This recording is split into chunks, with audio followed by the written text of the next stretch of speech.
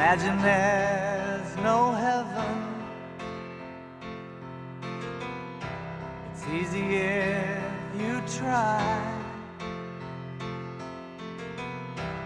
No hell below us. Above us only sky. Imagine all the people. 자, 레위인들의 지파의 직무들 말씀드렸고, 레위인 장정들의 인구조사 나오고 있습니다. 그 다음에 5장에 부정한 사람의 처리, 또 잘못에 대한 배상, 또 간통 혐의를 받은 여자는 어떻게 취급할 것인가. 자, 6장에 보면 나지르인이 나옵니다. 나지르인. 자, 나지르인은 레위 지파는 하느님으로부터 성별되어 전쟁터에 나가지 않았고 상속분도 하느님이 그들의 상속분이라고 하시고 11지파에서 11조를 받아서 레위 지파에게 주셨어요. 그래서 레위 지파는 금송아지 사건에 가담하지 않았고 박해도 많이 받아서 숫자가 적었어요. 많이 순교했죠. 레위 지파 수가 부족하였으므로 나지르인을 두어서 결혼을 보충하였는데 나지르인이 되기 위한 세 가지 조건이 있습니다. 첫째로 포도주를 마시지 마라. 세상적 즐거움을 끊으라 하는 것입니다. 오락에 도취되지 말고 오로지 하느님만 생각하고 살아야 된다. 그래서 영권이 새어나가지 않도록 포도주를 마시지 마라. 두 번째로 머리칼에 면도칼을 대지 마라. 머리에 신경 쓰지 말라는 거죠. 하느님 말씀에 순종하고 말씀의 지배를 받아라. 세 번째로 시체에 손대지 마라. 부정해지지 말라는 얘기죠. 혈연이나 지연이나 인간관계를 뛰어넘으라. 그러니까 뭐 자기 혈족이 누가 죽었다고 해서 가서 뭐 시체 염해주고 뭐 그런 데 신경 쓰지 말라는 거죠. 이 세 가지 조건을 지켜야 나지리인이 될 수 있다. 이 나지리인은 남자도 물론 여자도 될 수가 있었습니다. 당시에는. 자, 그래서 4장에 보면 레위 지파 각 시족의 직무가 5장에 부정한 사람의 처리, 6장에 나지리인에 관한 조건이 나오고 7장에는 각 지파 수장들의 예물, 12지파의 수장들이 예물을 바치는 내용들이 나오고요. 그 다음에 8장에서 등잔을 차려놓는 방식, 이게 전례에 관한 규정들이죠.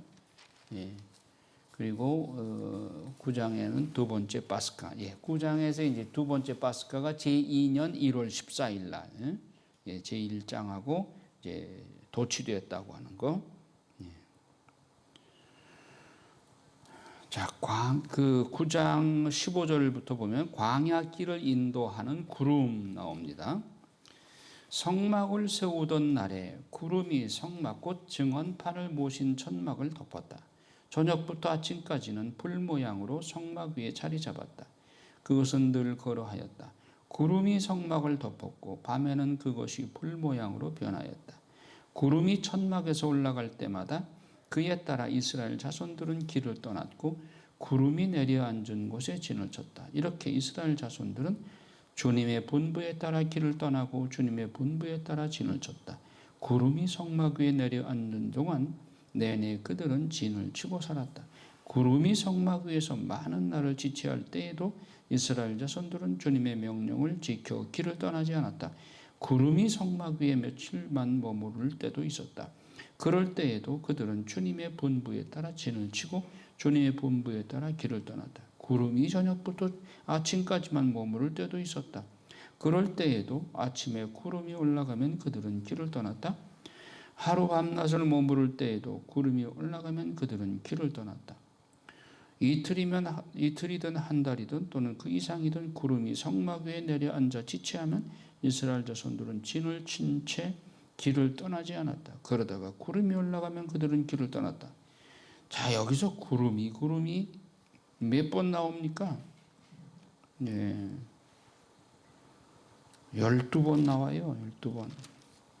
이게 뭘 말하려고 하는 걸까요? 구름은 뭐예요? 하느님의 현존.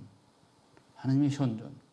그러니까 구름이 머무를 때는 하느님이 이 자리에 머무르라는 뜻이다. 그러니까 그게 며칠이 되든 한 달이 되든 그냥 거기 머무르는 거예요. 그런데 구름이 갑자기 떠나면 같이 출발하는 거예요. 그러니까 여기서 내 생각 버리고 내 계획 세워가지고는 안 되겠죠. 내 생각 다 버려야 돼. 그러니까 구름, 즉 하느님께서 밤중에 출발하자고 그러면 출발해야 되는 거예요. 새벽녘에 출발하자고 하면 새벽에 출발하고.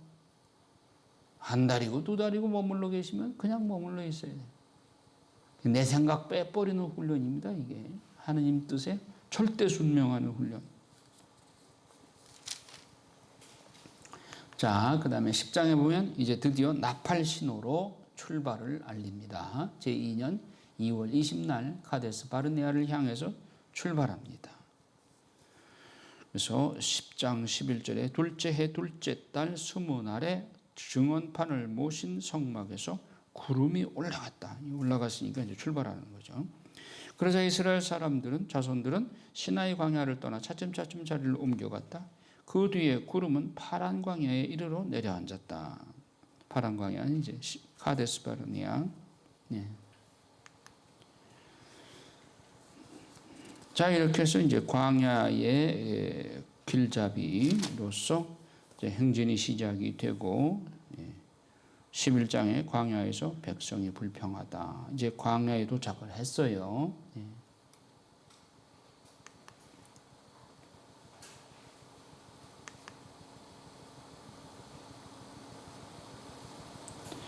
시나이 산을 떠나서 카데스 바르네아로 이동할 때 구름이 먼저 파란 광야에 앉았다. 이스라엘 백성은 하느님의 현존에 이동함에 따라서 움직인다. 가나안에 바로 쳐올라가 하라는 뜻이었으나 백성들은 정탐을 원한다. 하느님이 차선책으로 그들의 의견을 따라주신다. 자, 11장에 보면 광야에서 백성이 불평하다. 백성이 주님의 귀에 거슬리는 불평을 하였다. 주님께서 그것을 들으시고 진노하셨다. 그러자 주님의 불이 그들을 거슬러 타올라 진영 언저리를 삼켜버렸다. 백성이 모세에게 부르짖었다. 그리하여 모세가 주님께 기도하자 불이 꺼졌다. 그래서 그곳의 이름을 타부에라라고 하였다. 주님의 불이 그것을 거슬러 타올랐기 때문이다. 그런데 4절에 보면 그들 가운데 섞여 있던 어중이 떠중이들이 탐욕을 부리자 이스라엘 자손들까지 또다시 울며 말하였다. 이방인들이죠. 어중이 떠중이라는 말이 이방인이. 누가 우리에게 고기를 먹여줄까? 우리가 이집트 땅에서 공짜로 먹던 생선이며 오이와 수박과 부추와 파와 마늘이 생각나는구나. 이제 우리 기운은 떨어지는데 보이는 것은 이 만나뿐 아무것도 없구나. 이 불평을 소위 이방인들 어중이 떠중이가 하니까 이스라엘이 물들었어요. 이스라엘도 같이 불평하는 거예요. 아니 이집트에서 먹던 생선, 오이, 수박, 부추, 파, 마늘 이게 그렇게 먹고 싶었을까요? 이게 신기루예요. 그러니까 불평할 빌미를 찾다 보니까 이런 얘기를 공색하게 하는 거죠. 그리고 하나님 내려준 만나에 대해서 불평을 하죠. 그러니까 하나님께서 진노하셨어요. 그래서 모세에게 이렇게 말씀합니다. 이 백성을 내가 쓸어버리겠다. 그러니까 모세가 또 주님께 제발 참아주시라고 어찌하여 당신의 이 종을 괴롭히십니까? 어찌하여 제가 당신의 눈밖에 나서 이 백성들을 저에게 짐으로 지우십니까? 제가 이 온 백성을 패기라도 하였습니까? 제가 그들을 낳기라도 하였습니까? 그런데 어째서 당신께서는 그들 조상들에게 맹세하신 땅으로 유모가 젖먹이를 안고 가듯 그들을 제 품에 안고 가라 하십니까? 이렇게 불평을 하는데 이거 내가 감당하기가 어렵습니다. 그러니까 이제 모세도 이제 기진맥진한 영적 디프레션에 빠져가지고 저는 이게 너무 감당하기 힘듭니다. 제발 저를 죽여주십시오. 제가 당신의 눈에 든다면 제가 이 불행을 보지 않게 해주십시오. 그러니까 주님께서 모세에게 말씀합니다. 내가 백성의 원로이며 관리라고 알고 있는 이스라엘의 원로들 가운데에서 나를 위해 70명을 불러 모아라. 그들을 데리고 만남의 천막으로 와서 함께 서 있어라. 내가 내려가 그곳에서 너와 말하겠다. 그리고 너에게 있는 영을 조금 덜어내어 그들에게 나누어 주겠다. 그러면 그들이 이 백성을 나와 함께 짊어져서 너와 함께 짊어져서 내가 혼자 지지 않아도 될 것이다. 이 70인 대표들을 뽑아서 모세 혼자서 너무 힘들어하니까 짐을 나누어 주자는 것이죠. 또 고기가 먹고 싶다고 그러니까 이제 하나님께서 메추라기 떼를 고기를 내려주시는데, 그러니까 그들이 고기가 먹고 싶다면은 좀 참고 하나님께서 안배해 주시기를 기다리면 되는데, 그걸 못 참고 불평을 하고 막 대들고 그러니까 하나님께서 들어는 주셔요. 하면서 기분이 언짢으시죠. 그러니까 뭐라고 하시느냐, 20절에 보면 한 달 내내 너희 콧구멍에서 그것이 남아 구역질이 날 때까지 이 고기를 먹게 주겠다. 너희 가운데 있는 주님을 너희가 배척하고 그 앞에서 우리가 어쩌자고 이집트를 떠났던가 하면서 울었기 때문이다.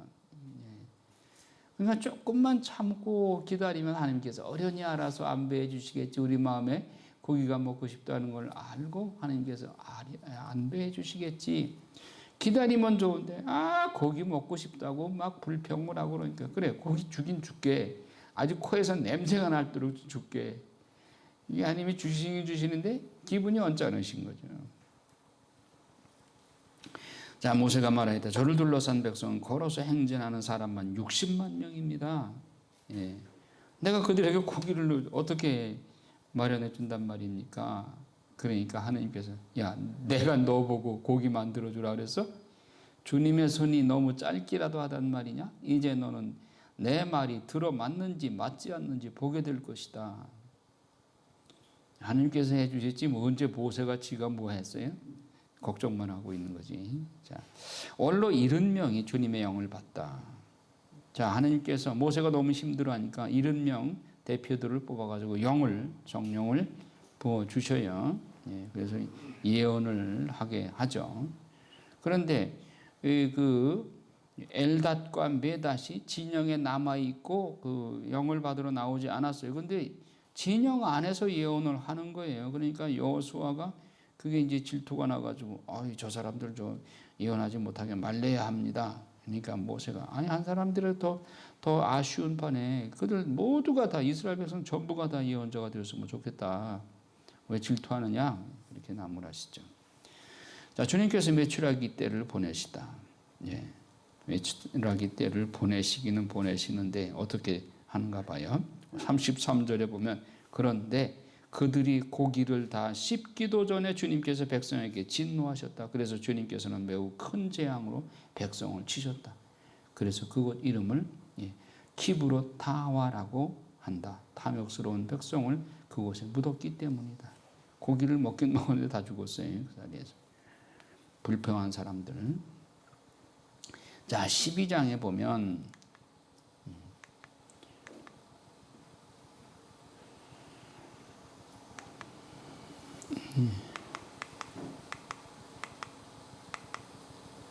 12장 미르암과 아론이 모세를 불평합니다. 왜? 모세가 이디오피아 여자를 아내로 맞아들였어요.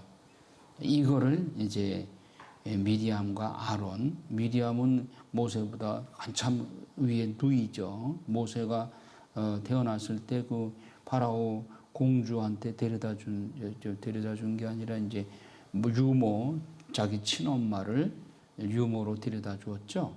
미리암 그 누나예요. 그리고 아론은 모세보다 3살 위죠. 근데 이들이 보니까 모세가 에티오피아 여자를 맞아들이는 거예요. 이거 이래서는 안 된다 해가지고 모세만 하느님이 함께 하시냐? 우리도 하느님의 말씀 받는다 하면서 그들을 이제 모세를 시기 질투하죠. 그러니까 주님께서 이 말씀을 듣고 역정을 내셔요. 모세라는 사람은 매우 겸손하였다. 땅 위에 사는 어떤 사람보다도 겸손하였다. 주님께서 너희 셋이 만남의 천막으로 나오너라. 나오게 한 다음에 그들을 나무라셔요. 너희는 내 말을 들어라. 너희 가운데 예언자가 있으면 나 주님이 환시 속에서 나 자신을 그에게 알리고 꿈속에서 그에게 말할 것이다. 나의 종 모세는 다르다. 그는 나의 온 집안을 충실히 맡고 있는 사람이다. 나는 입과 입을 마주하여 그와 말하고 환시나 수수께끼로 말하지 않는다. 그런 주님의 모습까지 볼 수 있다. 그런데 너희는 어찌하여 두려움도 없이 나의 종 모세를 비방하느냐? 주님께서 그들에게 진노하시며 떠나가셨다. 자, 모세를 영도자로 뽑았는데 그 영도자를 누나하고 형이 흔들어 버리면 그 백성들 앞에서 지도를 할 수 있겠어요? 그러니까 하나님께서 모세를 두둔해 주시는 거죠. 예. 그 모세의 영도력에 금이 가지 않도록 지켜주시는 거죠. 이 불평으로 인해서 미리암이 문둥병에 걸려요. 그래서 문둥병 증세가 나타나니까 아론이 모세한테 제발 좀 기도해 달라고. 나의 주인님이 우리가 어리석게 행동하여 저지른 죄의 값을 우리에게 치우지 마십시오. 그러니까 이제 모세가 주님께 기도하죠. 하느님 제발 미리암을 고쳐주세요 하고 부르짖으니까 미리암이 얼굴에 그의 아버지가 침을 뱉었다면 그 여자가 이래 동안 부끄러워해야 하지 않느냐? 그러니 그를 이래 동안 진영 밖에 격리하였다가 그 뒤에 돌아오게 하여라.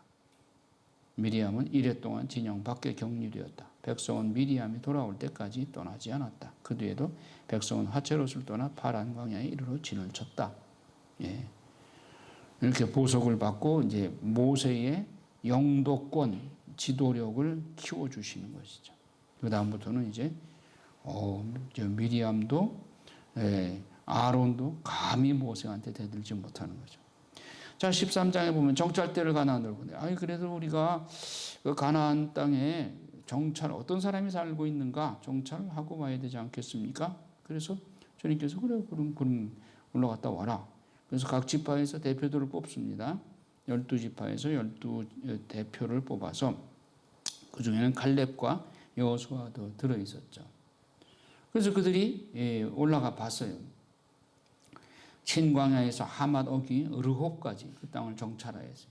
그들은 네겝으로 올라가서 헤브론에 이르렀는데 거기에는 아낙의 후손인 아히만, 세사이, 탈마이가 살고 있었다. 근데 그들은 에스골 골짜기에 이르러서 포도송이 하나가 달린 가지를 잘라서 두 사람이 막대기에 꿰어 둘러 매었다. 석류와 무화과도 땄다. 포도송이가 얼마나 컸으면 두 사람이 작대기에 꿰가지고 메고 오겠어요. 그만큼 거기가 풍요로운 땅인 것이죠. 이스라엘 자손들이 그곳에서 자른 포도송이 때문에 그곳을 에스골 골짜기라고 한다. 자, 정찰대가 40일 만에 돌아와서 보고를 합니다. 우리가 가보니까 과연 젖과 꿀이 흐르는 곳이 맞습니다. 그곳 과일들이 이렇게 큽니다. 그러나 그 땅에 사는 백성은 힘세고 성읍들은 거창한 성체로 되어 있습니다. 더군다나 우리는 그곳에서 아낙의 후손들도 보았습니다. 아말렉족은 네겝 땅에 살고 히타이트족과 여부수족과 아모리족은 산악지방에 살고 있습니다. 그리고 가나안족은 바닷가와 요르단 강가에 살고 있습니다. 칼렙이 모세 앞에서 백성을 진정시키면서 말하기를 어서 올라가 그 땅을 차지합시다. 우리는 반드시 해낼 수 있습니다. 그러나 그와 함께 올라갔다. 온 사람들은 우리는 그 백성에게로 올라가지 못합니다. 그들은 우리보다 강합니다. 하면서 이스라엘 자손들에게 자기들이 정찰한 땅에 대해 나쁜 소문을 퍼뜨려. 이게 나쁜 거죠. 자기 지파에 가서 우리가 이제 여기서 다 죽게 됐다고, 우리가 가나안 땅에 정찰하러 올라갔는데 그 정도는 거인족들이 살고 우리는 거기에 보면 메뚜기 떼에 불과하다고, 우리가 여기 다 죽게 됐다고, 우리를 괜히 고생시켜서 모세와 아론이 우리를 데리고 왔는데 다 여기서 죽게 됐다고 그러면서 불평을 하니까 그 지파 사람들은 뭐 또 알아요. 우민 정치 뭐 지도자가 그렇게 얘기하면 다들 우우 하면서 불평을 하는 거죠. 그냥 전부 지금 쑥덕쑥덕 하면서 모세와 아론에게 불평을 터뜨리는 거예요. 그래서 거기에 나필족이 있는데 이 아낙의 자손들이 거인족이다. 우리 눈에도 우리 자신이 메뚜기와 같았다. 그들의 눈에도 그랬을 것이다. 메뚜기가 어떻게 거인족을 이기느냐 하면서 그렇게 낙심이 돼가지고 불평을 터뜨리는 거예요. 그래서 이렇게 백성들이 반란을 일으키게 됩니다. 그래서 그들이 하는 말이, 그러니까 이 홧김에 내뱉는 말이 씨가 되는 거예요. 우리가 차라리 이집트 땅에서 죽었더라면, 아니면 이 광야에서라도 죽어버렸으면, 이 홧김에 한 말인데, 그래? 너희 그게 원하냐? 그대로 해줄게. 하나님께서 광야에서 다 죽게 해요, 이 사람들. 홧김에 우리가 말 함부로 하면 안 되는 거예요. 그 말이 씨가 되는 거예요. 그러니까 우리가 자식들한테 화가 난다고 이 망할 놈아 하고 그러면은 그 실제로 망하는 거예요. 그러니까 크리스찬들은 예수님의 이름으로 세례받은 입이기 때문에 우리 입술로 내뱉는 말이 그대로 축복은 축복이 되고 저주는 저주로 되는 거예요.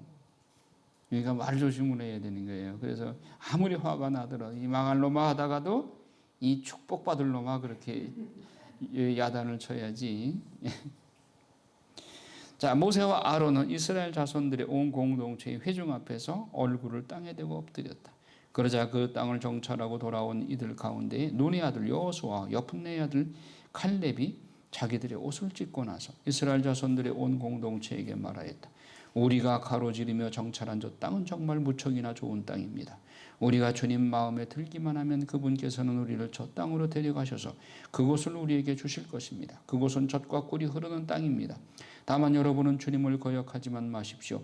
그리고 여러분은 저 땅의 백성을 두려워하지 마십시오. 그들은 이제 우리의 밥입니다. 그들을 덮어주던 그들은 이미 거쳐버렸습니다. 주님께서 우리와 함께 계십니다. 그들을 두려워하지 마십시오. 여호수아와 갈렙이 뭐 믿고 이렇게 말합니까? 만군의 주님이신 하느님을 믿고 이렇게 얘기하는 거예요. 자기들이 무슨 뭐 무기가 있어요? 무슨 힘이 있어요? 하느님이 우리를 도와주시면 홍해 바다를 가르고 우리 백성들을 이끌어 주신 하느님께서 우리와 함께 하신다면 겁낼 거 없다. 저기 아무리 거인족이 산다 하더라도 우리 저 이길 수 있다. 올라가자. 갈렙과 여호수아가 이렇게 말한 거예요. 그런데 중과 부족이라 10명이 반대하는데 뭐 둘이서 아무리 외쳐봐야 안 되죠. 자, 모세가 백성을 위하여 기도합니다. 온 공동체가 돌을 던져 모세와 아론을 죽이자고 말을 해야 됩니다. 아주 군중들도 지금 화가 끝까지 치우는 거예요. 그때 주님의 영광이 만남의 천막에서 이스라엘의 모든 자손에게 나타났다. 주님께서 모세에게 말씀하셨다. 이 백성은 언제까지 나를 업신여길 것인가? 예, 불평하고 하는 것이 하느님 업신여기는 겁니다. 이거 우리가 조심해야 돼요. 그러니까 다윗이 밧세바를 범하고 우리아를 전쟁터에 내보내서 죽였을 때도 하느님께서 너 나를 무시했어 라고 말씀합니다. 죄 짓는 것이 하느님을 무시하고 하느님께 업신여김 그런 것과 같다는 말입니다. 우리의 죄와 하느님을 무시하는 것과 일치된다는 말이죠. 내가 그들 가운데서 일으킨 그 모든 표징을 보고도 이 자들은 언제까지 나를 믿지 않을 것인가? 내가 이제 이들을 흑사병으로 치고 쫓아내버린 다음 너를 이들보다도 크고 강한 민족으로 만들겠다. 모세를 통해서 이들 다 쓸어버리고. 그러니까 모세가 엎드려 주님께 아주 사정합니다. 당신께서 이 백성을 당신의 힘으로 이집트 한가운데서 데리고 올라오셨는데 이집트인들이 이 일을 듣게 되면 그 주님이 기껏 데려내와가지고 여기서 다 죽여버렸다? 그 주님이 이름에 합당치 않습니다. 낮에는 구름 기둥으로 밤에는 불 기둥으로 몸소 그들 앞에서 이끌어 주셨는데 고작 여기서 다 죽이면 어떻게 됩니까? 그들의 놀림감이 되지 않습니까? 주님은 저 백성에게 맹세한 땅으로 그들을 데리고 갈 능력이 없어서 그들을 광야에서 몰살시켜버렸다? 조롱할 거 아닙니까? 그러니 주님, 당신께서 말씀하신 대로 제발 당신의 힘을 크게 펼치시기 바랍니다. 18절부터는 이게 아주 유명한 탈출기에도 나오는 말씀이죠. 주님은 분노에 더디시고 자애가 충만하며 죄악과 악행을 용서한다. 그러나 벌어지지 않은 채 내버려두지 않고 조상들의 죄악을 아들을 거쳐 3, 4대까지 벌한다 하셨으니 이집트에서 여기에 올라올 때까지 이 백성을 용서하셨듯이 이제 당신의 그 크신 자애에 따라 이 백성의 죄악을 용서하여 주십시오. 이렇게 중재 기도를 하니까 주님께서 그래 너희 말대로 내가 용서해 주마. 그러나 내가 살아있는 한 주님의 영광이 온 땅을 가득 채우고 있는 한 나의 영광 그리고 이집트와 광야에서 내가 일으킨 표징들을 보고도 이렇게 10번씩이나 나를 시험하고 내 말을 듣지 않은 사람들은 모두 내가 그들의 조상들에게 맹세한 땅을 보지 못할 것이다. 그러니까 여기서 우리가 조심해야 될 것은 죄 용서를 받는 것과 벌, 이걸 구별해야 된단 말이에요. 죄와 벌. 죄는 고해성사를 통해서 용서받을 수 있죠. 그러나 벌은 우리가 교리상으로 볼 때 대사, 전대사를 통해서 벌을 다 용서받는 것이죠. 죄 용서받는 것과 벌, 이걸 구별해야 됩니다. 그러니까 모세의 중재의 기도로 이들의 죄는 일단은 용서받았어요. 그러나 벌은 남아있어요. 내가 내 분을 푼다 하더라도 내 정의와 공의상 불평한 이들은 결코 하나님 나라 가나안 복지에 못 들어간다. 조상들이 맹세한 땅에 보지 못할 것이다. 나를 업신여긴 자들은 모두 그 땅을 보지 못할 것이다. 그러나 나의 종 갈렙은 다른 영을 지녀 나를 온전히 따랐으므로 나는 그가 다녀온 땅으로 그를 데려가고 그의 후손들이 그 땅을 차지하게 하겠다. 후에 보면 가나안 복지에 들어갔을 때 여호수아기에 그 12지파에게 땅 분배하죠. 땅 분배할 때 갈렙의 땅 그 상속분을 제일 먼저 나눠줘요. 갈렙이 요청을 하죠. 40년 전에 모세 어른께서 나한테 약속하신 바가 있다. 이 땅을 나한테 주기로 하셨다. 그러니까 다른 지파한테 나눠주기 전에 먼저 이 모세의 약속을 여호수아, 당신 후계자 아니요? 그러니까 당신이 나한테 이 약속을 지켜라. 모세가 한 약속을 지켜라. 그래서 갈렙에게 그 땅을 먼저 분배를 합니다. 그 땅이 바로 유다 지파의 상속분이 되는 거예요. 나중에 갈렙의 그 땅이 갈렙의 상속분이 유산 상속분이 유다 지파의 상속분으로 되는 거예요. 그래서 그 후손들이 그 땅을 차지하게 하겠다. 이제 아말렉 족과 가나안 족이 골짜기에 살고 있으니 너희는 내일 발길을 돌려서 갈대바다 쪽 광야로 떠나라. 그래서 갈렙과 눈의 아들 여호수아만 빼고 29절 보면 내가 너희에게 주어 살게 하겠다고 손을 들어 맹세한 그 땅으로 들어가지 못할 것이다. 반항한 자들은 들어가지 못한다. 노획물이 되리라고 너희가 말한 너희의 어린 것들만 내가 데리고 가서 너희가 업신여긴 저 땅을 제대로 알아볼 수 있게 하겠다. 그러나 너희는 시체가 되어 이 광야에서 쓰러질 것이다. 반항하던 세대들은 다 쓰러질 것이다. 그리고 너희의 자식들은 너희가 모두 죽음으로 이 광야에서 누울 때까지 너희가 배신한 값을 치고 40년 동안 광야에서 양을 칠 것이다. 너희가 저 땅을 정찰한 40일 그 날수대로 하루를 1년으로 쳐서 너희는 40년 동안 그 죗값을 줘야 한다. 그제야 너희는 내가 나를 멀리하면 어떻게 되는지 알게 될 것이다. 불평하던 사람들 그 불평한 대로 너희가 정찰 40일 동안 하고 왔지 그 하루를 1년으로 쳐서 40년 동안 뺑뺑이 돌다가 그걸 다 여기서 죽을 것이다. 나 주님이 말한다. 나를 거슬러 모여드니 약한 공동체 전체에게 나는 기어이 이렇게 하고야 말겠다. 바로 이 광야에서 그들은 최후를 맞을 것이다. 이곳에서 그들은 죽을 것이다. 결국 이대로 돼요. 1세대 다 죽어요.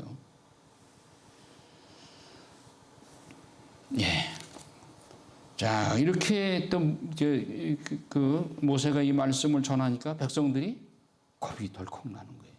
아이고, 하나님의 말씀을 안 들어서 우리가 반항하고 그래서 그렇구나. 그러면 지금이라도 쳐 올라갑시다. 39절에 보면 백성이 만영을 부리다. 하나님께서 이미 일단락 줬어요. 그런데 못 올라간다 그랬지. 좋아. 그러면 저 뺑뺑이 돌아. 그렇게 결심을 하셨는데 지금이라도 올라가겠습니다. 그런 거예요 또. 하나님께서 함께 하시지 않는데 지끼리 또 올라가겠다고 해요. 또 고집을 부려요. 다음날 그들은 아침 일찍 일어나 우리가 잘못하였으니 주님께서 말씀하신 그곳으로 올라가자 하면서 올라가요. 모세가 말래요. 하나님 그쪽 일은 이제 접었어. 너희들 뺑뺑이 돌 거야. 근데 굳이 올라간다는 거예요. 너희는 어쩌자고 주님의 분부를 거스르느냐? 이 일은 성공하지 못한다. 주님께서 너희 가운데 계시지 않으니 너희가 적에게 패배하지 않으려거든 올라가지 마라. 그랬더니 굳이 또 올라가요. 아말렉족과 가나안족이 그곳에서 너희를 기다리고 있을 터이니 너희는 칼에 맞아 쓰러질 것이다. 굳이 올라가가지고 결국은 많이 죽죠 또. 그들은 주님의 계약교회 모세가 진영을 떠나지 않았는데도 만영을 부려 산악지방의 고지대로 올라갔다. 하느님은 올라가지 않는데 자기들끼리 올라간 거예요. 그러자 그 산악지방에 사는 아말렉족과 가나안족이 내려와 그들을 무찌르고 호르마까지 쫓아가 버렸다. 이렇게 괜히 희생을 치는 거죠. 하느님이 함께 하지 않으면은 그들이 무슨 힘이 있고 무슨 전쟁 기술이 있어서 이기겠어요. 자, 그래서 15장에 보면 여러 제물에 곁들이는 곡식 제물과 제조의 그 율법 규정이 또 나옵니다.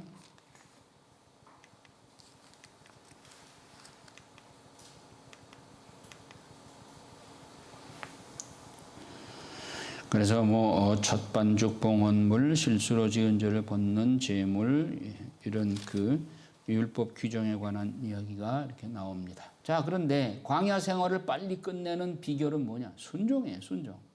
레위기에서 우리가 순종에 따르는 복과 불순종에 따르는 벌, 이게 이미 봤죠? 순종이에요. 광야에서 훈련하는 것은 순종 훈련이에요.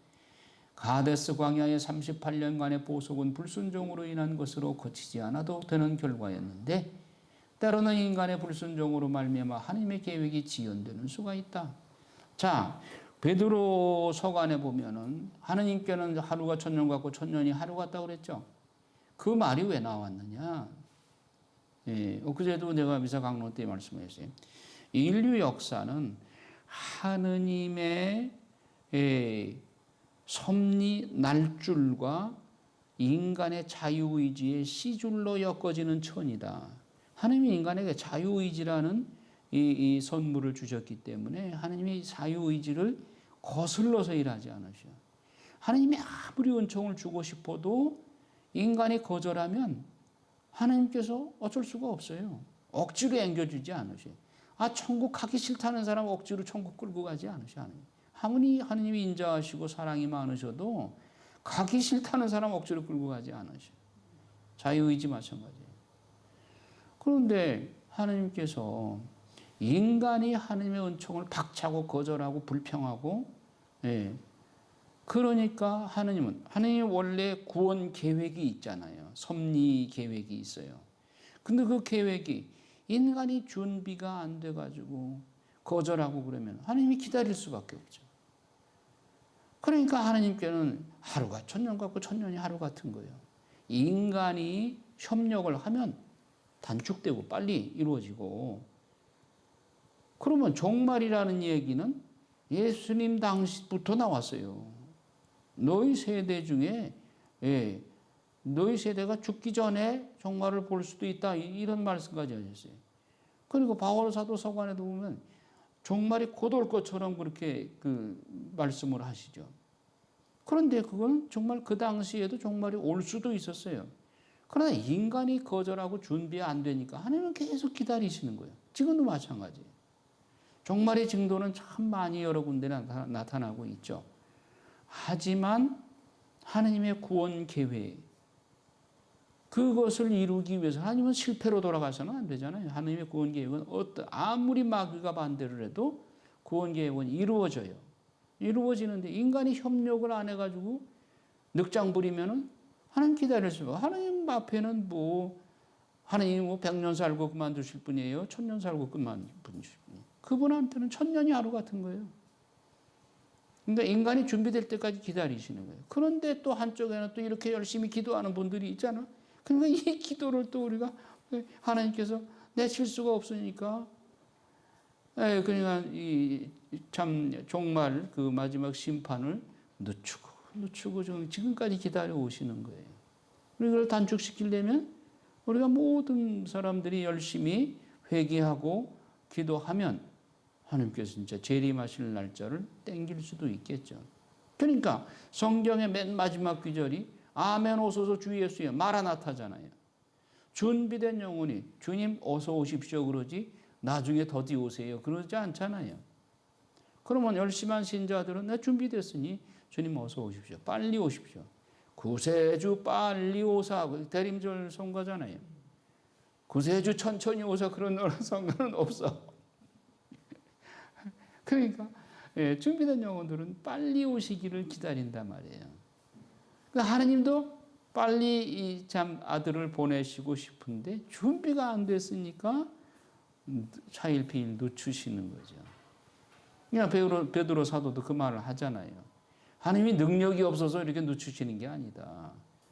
어떻게 하면 한 영혼이라도 더 구할까 이렇게 기다리시는 것이다. 그런데다가 창세기 5장에 보면 아담의 후손 10대 손이 나오죠. 그 중에 제일 나이가 많은 사람이 무투셀라죠. 969세까지 살았잖아요. 그 왜 최장수했느냐? 무투셀라라는 이름이 내가 죽기 전에까지는 그 일이 이루어지지 않을 것이다. 그 일이 이루어지지 않을 것이라고 하는 그 말은 노아 홍수를 말하는 것이죠. 노아 홍수가 네가 죽기 전까지는 이루어지지 않는다 그 말이에요. 그러니까 노아 홍수로 물의 심판이잖아요. 물의 심판을 하려고 그러는데 조금만 더 참자 한 게 969년 동안 참으신 거예요, 하느님이. 그러니까 무투셀라가 969세까지 최장수하게 된 게 하느님께서 물의 심판을 늦추다 보니까 이렇게 969년까지 참아주신 거예요. 오늘날도 마찬가지라고 볼 수 있어요. 예수님 당시부터 종말이다 하셨는데 지금 2000년이 지나도 아직 예수님이 못 오시고 계시잖아요. 준비가 안 됐으니까 못 오시는 거예요. 자, 예수님이 오시기 전에 이루어져야 할 일들이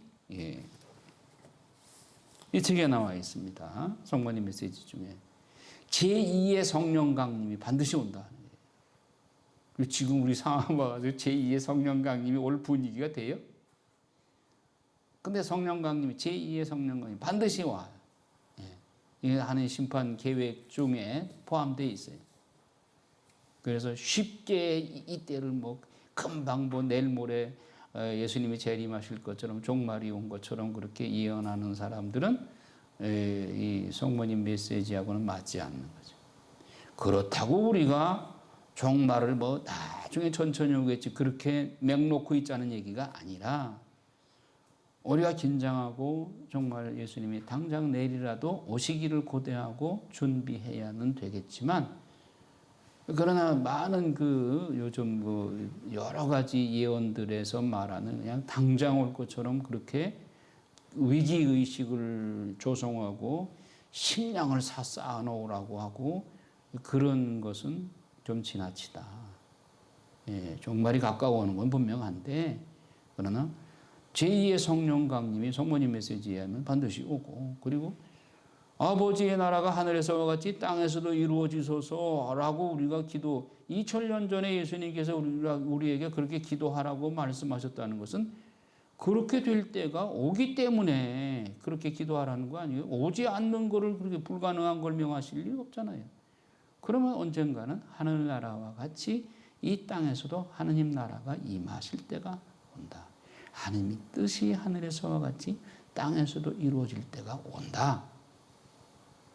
이거를 적어도 성모님 메시지나 많은 저기가 그렇게 보고 있단 말이죠. 그러니까 우리가 너무 초조하게 그렇게 당장 내일 모레 오신 것처럼 그렇게 위기의식을 조성할 필요는 없다. 다만 우리가 우리의 영적 자세를 가다듬고 바르게 사는 이 태도는 변함없이 깨어있는 자세로 살아야 되는 건 분명한 것이죠. 자, 광야 생활을 빨리 끝내는 방법은 순종입니다. 말씀에 순종하는 거예요. 오늘 내가 강론 때도 말씀드렸죠. 그죠? 예라고 순종하는 것밖에는 없어요. 때로는 인간의 불순종으로 말미암아 하나님의 계획이 지연되는 수도 있다. 지금 그런 상태죠.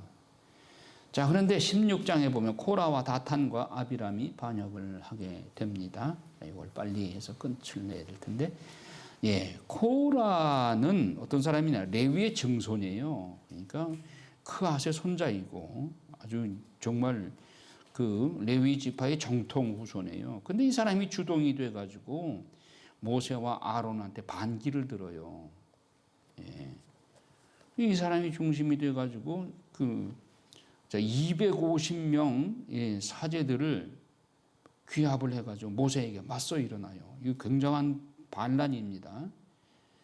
그래서 모세와 아론에게 몰려와서 뭐라고 시비를 거느냐면 당신들은 너무하고 온 공동체가 다 거룩하고 주님께서 그들 가운데서 계시는데 어찌하여 당신들은 주님의 회중 위에 군림하려 하오?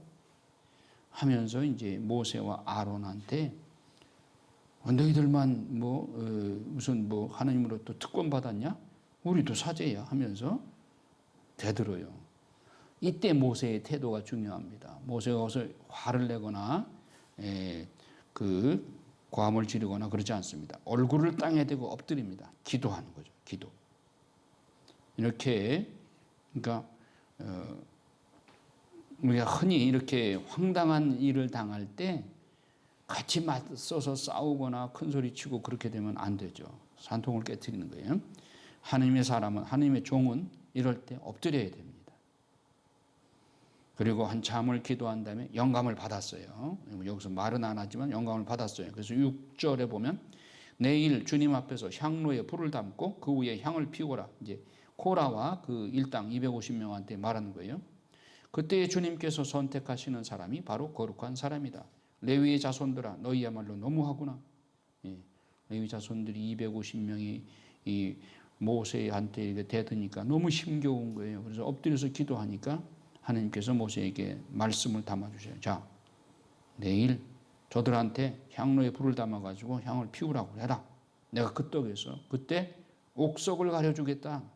누가 진짜인지. 자, 그래서 10절에 보면 그분께서는 너를 그리고 너희 형제 레위인들을 모두 너와 함께 당신께 가까이 올 수 있게 해주셨다. 그런데 이제 사제직마저 요구하는구나. 이제 그 아론 사제직에 이들이 대항하는 거죠. 너만 사제냐? 우리도 사제직 받을 수 있다.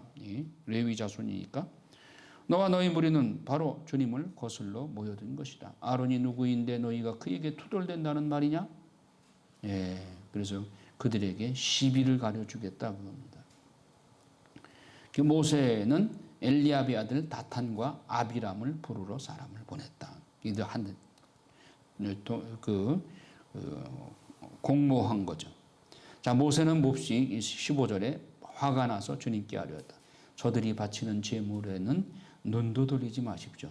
저는 저들에게서 나귀 한 마리 가져오지 않았고 저들 가운데 그 누구에게도 해를 끼치지 않았습니다. 모세가 이제 코라에게 말합니다. 너와 너의 무리는 모두 내일 주님 앞으로 나오너라. 너와 그들 그리고 아론이다. 저마다 자기 향로를 들고 거기에 향을 담아 주님 앞으로 가져와야 한다. 저마다 자기 향로를 가져오면 향로가 250개가 될 것이다. 자, 그 중에서 누가 진짜인가 하나님이 가르쳐주신다는 거죠. 19절에 코라는 그 두 사람에게서 맞서 온 공동체를 만남의 천막 어귀로 모이게 하였다. 자, 그때 주님의 영광이 온 공동체에 나타났습니다. 자, 주님께서 모세와 아론에게 말씀합니다. 너희는 이 공동체에게서 떨어져 서라. 저 250명 반항자들에게서 내가 그들을 한순간에 없애버리겠다. 그러자 그들이 얼굴을 땅에 대고 엎드려 말하였다. 하느님, 모든 육체에 영을 주시는 하느님, 죄는 한 사람 코라가 지었는데 온 공동체에게 격분하십니까? 주님께서 모세에게 이르셨다. 너는 이 공동체에게 코라와 다탄과 아비람의 거처 주변에서 물러서라고 해라. 안 그러면 같이 멸망하니까. 그래서 물러섰어요. 그랬더니 27절 그러자 공동체는 코라와 다탄과 아비람의 거처 주변에서 물러섰다. 다탄과 아비람은 밖으로 나와서 그들의 아내와 아들과 어린 것들과 함께 자기들의 천막 위에 섰다. 어떤 일이 벌어집니까? 31절 그가 이 모든 말을 마치자마자 그들 발밑에 땅바닥이 갈라졌다. 땅은 입을 벌려 그들과 그들 집안 그리고 코라에게 딸린 모든 사람과 모든 재산을 삼켜버렸다. 그리하여 그들은 자기들에게 딸린 사람들과 함께 산채로 조승에 내려가고 땅은 그들을 덮어버렸다. 이렇게 그들은 공동체 가운데에서 사라졌다. 그들의 비명소리에 주위에 있던 이스라엘인들은 모두 땅이 우리마저 삼켜버릴지 모른다고 도망쳤다. 그러자 주님에게서 불이 나와 향을 바치던 250명을 삼켜버렸다.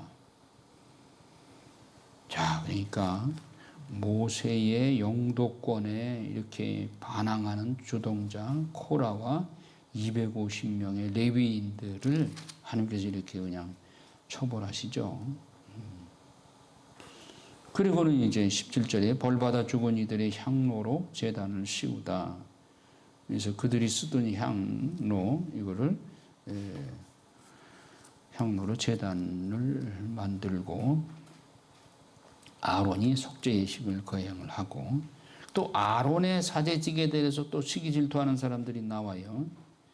그 17장 16절에 보면 주님께서 모세에게 이르셨다. 이스라엘 자손들에게 일러 집안마다 지팡이 하나씩 꼭 각 집안의 수장에게서 지팡이 하나씩 12개를 거둔 다음 수장의 이름을 각기 그 지팡이에 새겨라. 그리고 아론의 이름은 레위 집안의 지팡이에 써라. 각 집안의 우두머리가 지팡이가 하나씩 있어야 하기 때문이다.